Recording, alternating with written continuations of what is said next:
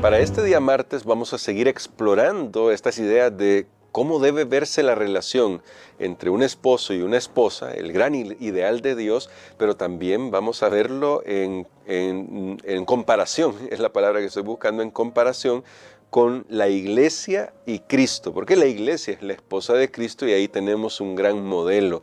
Y por eso vamos a pedir la dirección de nuestro Dios para el estudio de este día.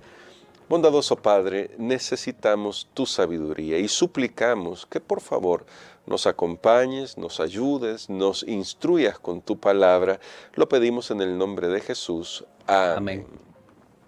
Para el texto, o para el tema de hoy, pastor, quiero decir, vamos a leer algunos versículos y siempre les recordamos a nuestros queridos amigos y hermanos que están en sintonía de esta transmisión que puede leer el comentario de la lección tanto en Facebook como en YouTube.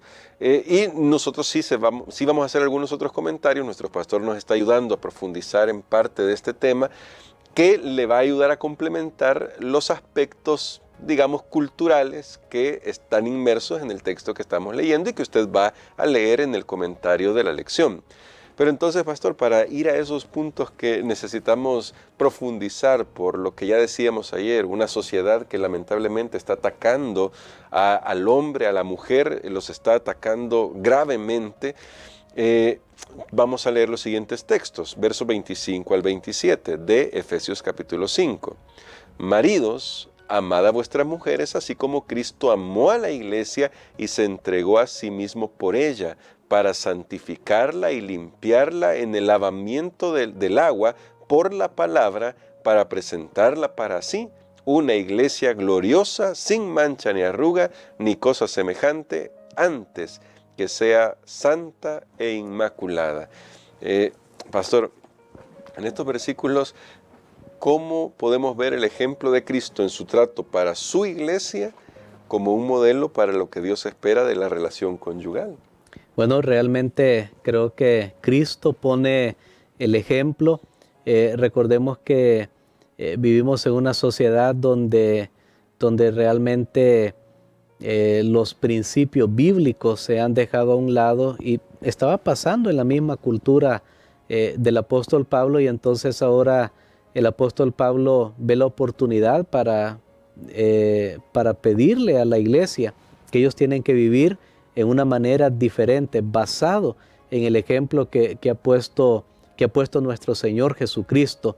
En ese ejemplo que ha puesto nuestro Señor Jesucristo, nosotros tenemos en primer lugar el gran llamado del apóstol Pablo, y dice: maridos, amen a su mujer. Y una mujer que ve que su esposo está siguiendo al Señor, tiene una vida llena del Espíritu Santo. Bueno, no puedo desconectar esto del contexto inmediato. Claro. Está teniendo una vida llena del Espíritu Santo, está alabando a Dios con palabras, con cantos, está viviendo una vida de gratitud a Dios. Él mismo también se somete, porque aquí hay algo bien interesante. Yo cuando leía todo esto, yo me preguntaba, bueno, tenemos el texto claramente, porque luego en el versículo, el apóstol Pablo lo dice en el versículo 24, las casadas estén sujetas a su marido. Claramente lo dice. Cristo es la cabeza, la iglesia está sujeta a la cabeza que es Cristo, el hombre es la cabeza, la mujer está sujeta al hombre que es pues la cabeza. Ahora bien, pero ¿en qué momento el hombre, siendo que el texto dice, noten, sujétense unos a otros, ¿en qué momento el hombre también está sujeto a la mujer? ¿Cómo se logra esto? Entonces yo estaba tratando de descubrir, de pensar cuál era la respuesta, cuando precisamente estos versículos que leímos hoy nos muestran que la manera del hombre de sujetarse a su esposa es haciendo todo lo que Cristo hizo por su iglesia. Amén. Notemos, Cristo, aunque era Dios, ¿qué hizo Él? Vino y se humilló.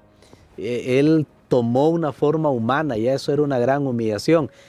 Al tomar una forma humana, vivió como viven los hombres, se humilló un día. En San Juan encontramos esta experiencia extraordinaria. Jesús vino y lavó los pies de sus discípulos. Aún para esa cultura era algo humillante para una persona hacer eso. Y Jesús lo hizo. Y no solo eso, sino que fue hasta la muerte de cruz. En otras palabras, y Jesús lo dijo, yo no he venido para ser servido, yo he venido para servir. Wow.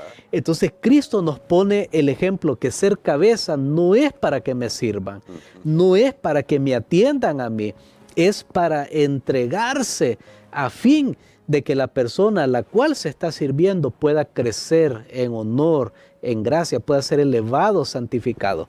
Y noten que esto es bien importante. Si en un hogar un hombre está usando este texto y dice, mira mujer, tú tienes que sujetarte a mí, la Biblia lo dice, pero esa mujer vive nerviosa, no progresa, esa mujer está descuidada.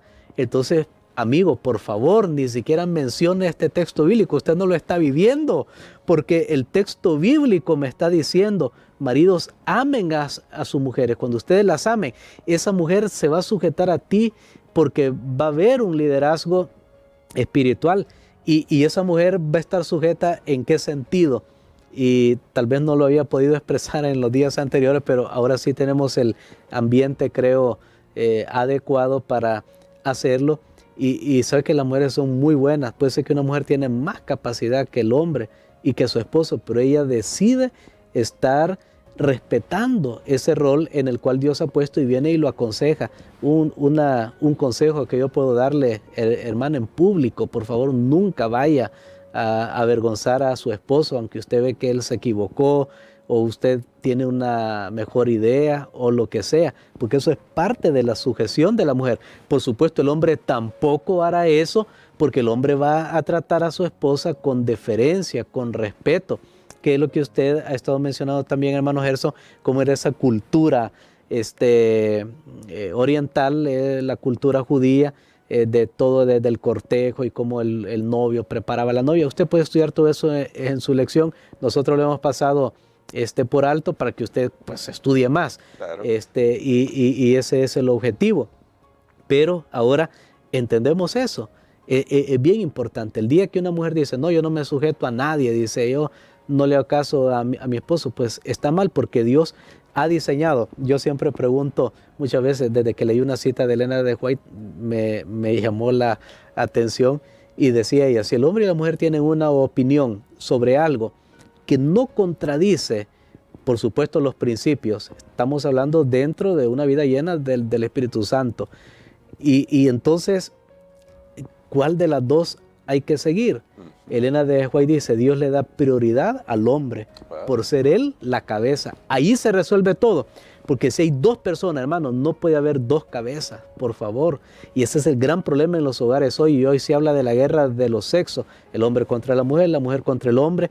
Me sorprendí yo estudiando este tema también, que en el mundo romano ya había mujeres que no querían tener hijos, que se cuidaban su cuerpo y que se metían a luchar con los hombres. Y que se preparaban. Entonces es en todo ese contexto que por eso Pablo está diciendo a las casadas, mira, estén sujetas, no les agarre como esas otras mujeres. En otras palabras, es lo que el apóstol está diciendo. O sea, notemos cómo funciona esto, y es maravilloso lo que Cristo hizo. Siendo la cabeza, se entregó, siendo la cabeza, purificó al cuerpo que es la iglesia, la santificó, la presenta una iglesia gloriosa, sin mancha, sin arruga, y una iglesia santa. Bueno, noten todo lo que Cristo hizo. Eso es la sumisión de Cristo a la iglesia, aunque no lo dice en esas palabras, pero al ser la cabeza para servir al cuerpo, es la mejor manera de sumisión. Entonces el hombre, aunque ahí no está diciendo en la Biblia, el hombre se sujeta a la mujer, no está diciendo eso el texto bíblico, pero en lo que hace, no en palabras, sino en lo que hace, está también participando de la sumisión con el propósito de elevar y edificar. El hombre, siendo una cabeza sabia, siempre va a consultar, siempre va a buscar lo mejor.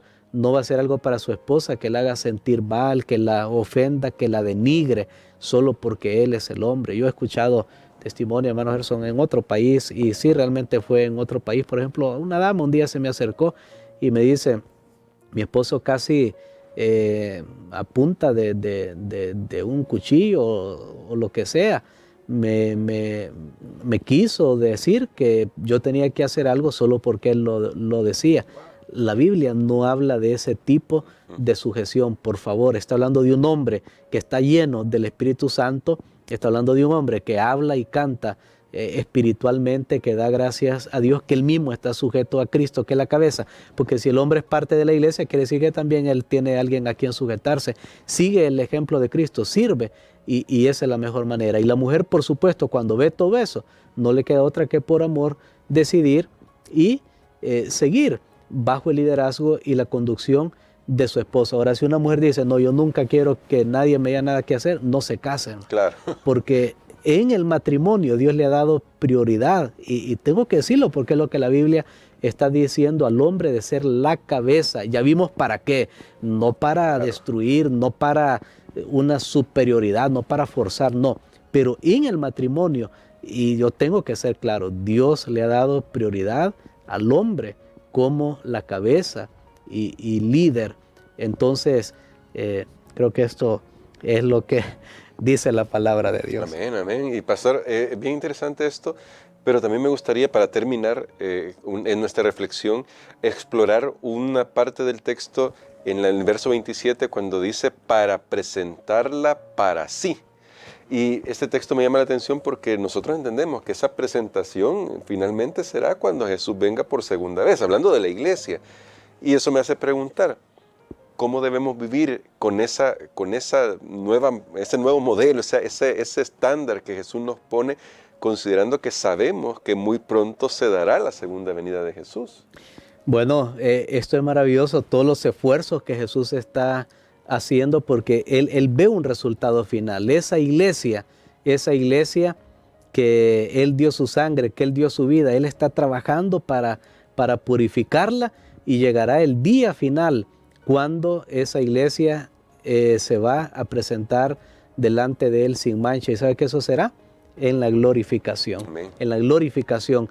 Por supuesto, la iglesia de Dios ahora es una iglesia que va venciendo el pecado, va venciendo al mundo, las tentaciones. Deberíamos superar cada pecado conocido, tenemos que irlo superando. Lastimosamente, por estar en este mundo de pecado, surge uno nuevo, y entonces ahí lo vamos superando, y luego surge otro, y cuando pensamos que ya hemos vencido algo, aparece otra cosa, aparece una nueva prueba, un nuevo desafío, lo vamos venciendo. Esa es la manera como la iglesia va venciendo. Va venciendo para prepararse, para encontrarse con Cristo Jesús. Y aquí lo que nos está diciendo es el gran encuentro final, donde Él amó tanto a la iglesia que la prepara y la capacita para poder vivir con Él por toda una eternidad. Amén. Así que también como familias tenemos un gran desafío, tener una familia que esté preparada para la eternidad. Quisiera que orara por nosotros por eso, pastor, para que luego de estas reflexiones que hemos tenido estos días podamos seguir el modelo que Dios tiene y quiere para nuestras familias. Amén. Padre, gracias te damos, Señor, por las lecciones de tu palabra. Gracias te damos por ese modelo que nos has puesto en Cristo, de una verdadera actitud de servicio en favor de los demás.